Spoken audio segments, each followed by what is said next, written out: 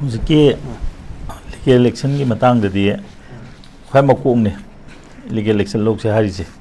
मोने लोगों तो मामा तक तो लोग तो नहीं है security advisor तसेंगे लोगों से हाई तार के दिए मसीदी complain हम दिसांगे complain तो उधर के दिए मोई तो complain दी सम मी अमना complain तो वो यार है कोई ये India block कुंभ को असो वो block अमना सुबह मणिपुर से दा रिमर मैम संदोक तो ना को मी मैम से लेबम साबम खंगन दरे हाई देना साइकी कंप्लेन अमन थाबीबा मधु याद्रगना को सुप्रीम कोर्ट चलगा साइकी केसु नतबा साइकी कोई को जर्नलिस्ट केनो की मतंग दे कोई के अमजू की डिफेमेशन केस के मतंग दे मोइना ईजीआई ना सुप्रीम कोर्ट चलगा स्टे अम लौरिबा सुमाय तौदना सुप्रीम कोर्ट चलगा मणिपुर लैरिबा मणिपुर के हजिकी को ख्वाइदी मरुबे मी अम ओरबा सिक्योरिटी एडवाइजर्स ना सिगुम्बा को सुंब थबक तौरे मसी मतकता एक्शन का तबई लौरोइदोरिनो हाइदना को साइकी को PIL गुम्बा मत तौरगा मसी तौबीरगा दे मदो ओगेद्रा काले दुन नततागदी हौदोंगी हौना आई जिगे हौदोंगी मथकता को कनाना सरिक थांगदगे हाबदनो सोमोतो हाबसी इसम जम ओसी अमना सिक्योरिटी एडवाइजर के मथकता कनाना सोमोतो लौदोरिनो तसेंगना हौजे हाइतागदी माना हारुबदा आदगी सेंटर दिगे थलैबने को आराम पाउ छंदो ए हाय सिदी कोर्ट खक्की इंटरवेंशन नत्रगदी कोर्ट तुसु सुप्रीम कोर्ट कुंबा उनकी इंटरवेंशन नत्रगदी यारेबा साइकी मोइना हौजे हारिजे सेंटर ना हौजे स्टेट ता चैरेकपगी मवोंग ने बतौरिसे साइकी नैना समाय तौना मखुम मांग खंगने नै पाउजी याम थुना हाइदुई हाइदर को हाइदि पाउ लीक ओय हाइबगी पोर्ट अमनेबा अदुदगी ने मोइना साइकी अखुगी को मोइसु से ओजाना इहान हान दा हाइबिगिबदो मोइसी अखुगी मोइसी सोइगिबा खरा को मोइसी कनोसे अखुगी क्राइसिस मैनेजमेंट हाइबा तारे को सिगी मतंगसिदा अखोइना अइना मकाताना हाइजेनिंग वम लay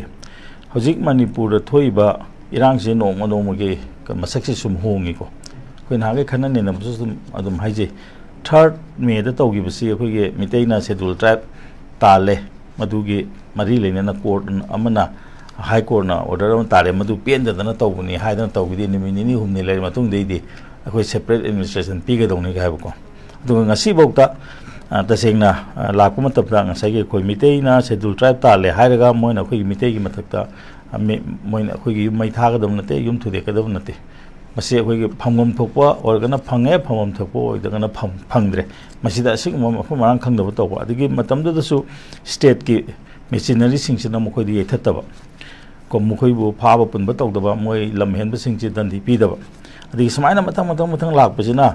मसक्से सुमहोंगबा मसक्से होंगबदिगिदि नागै तौनरिसे को अखोइगी पार्लियामेंट बुबा अखोइगी हाइने अखोइगी होम मिनिस्ट्री ना मपांगी पो यावरे हाइदना को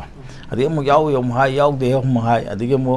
कुकीगा मिटेगा तौनरिबा लानसिदि अखोइ मसेन वारि सानागदौने नगारां हांदा किरण रिजु हाइरिबनि सोमनाकना मखोइना अखोइगी अपामबसे फंगदिरबौते अखोइगी लुगिस पॉलिसी से तौबा यारो हाइरिबनि सिगुम तौरि मरकसिदा साइके अखोइगी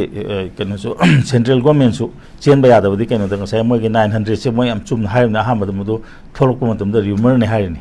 मदे मो रिमर नते नो हाइरनि तसेंगना चुमे मो हाइरनि को आर्मी नमो आर्मी अथॉरिटी नमदु मु याद्रिनि लैता गदे खुद पाउ पिद्रि कैगनो को दिसि मरकसे लाखपसिदिगे होजे अतोप मयाम मा होजि वाहिजि मतम लाखप मतमसिदा ngarang nahan si mo akoigi keno na ida government gi keno na ko ministry of keno umal ko Jai Shankar na mokoigi keno gi Myanmar gi rebel group hai tar ko non state actors sing se masi ji moi wari sa se na kauri ne the sila ko di kari no toris adana di masi gi mayam hung ai marak sida moi non actors sing ka wari sa moi non state actor maya adu gi po ne ba khoi Manipur da hoji am kana effect lai se adu da di moi na asum da kan di moi se wari sa se na ko khol le ko adu da di sumna kan Manipur da tori rang se na kari no adu akhoi sida haibum to hum khang da gi po da ma khoi si lak ka do re adana si lak ko matam sida akhoi na yamna khoi nam section ga da di kari no ha da akhoi si Manipur habisi moi na khanbi ri sina kari no Manipur की प्रजा से कर्म मोंगे थोंगेना हारिबनो अदो तसेंगना होजि India government ना होजि तौगदो मथोमदि लेबा करी लेगे हम तमनो होजि मोगी हेन से कोई शो तौरे को नन स्टेट एक्टर सिंग से कौरगा स्टेट की पोछु नते को मोइसे बर्मा की कनो सेंगा सागी को रूलिंग ओरिबा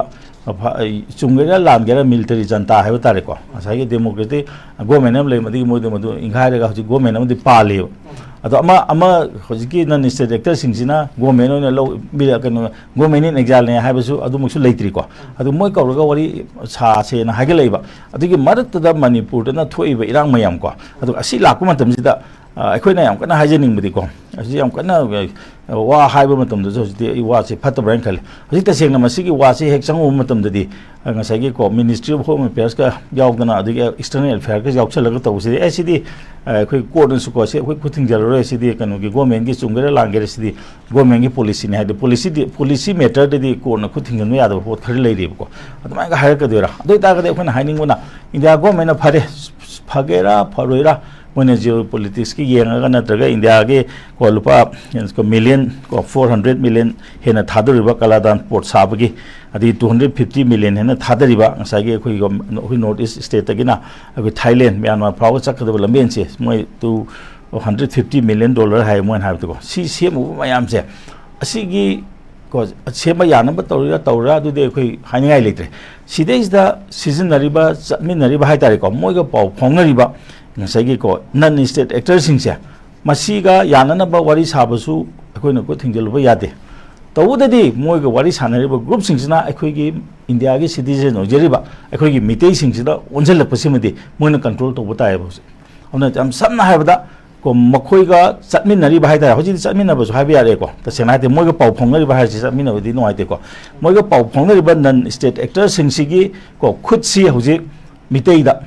soktana ba इंडिया के मोय तोंगान बको ngसाई अखोई सेफ हेवन पीबा काइदुदी मदुदी हेक्टा पीबा याबा नते अदुदी गवर्नमेंट की पॉलिसी ओइना तौबिदना पार्लियामेंट पुथोक्तना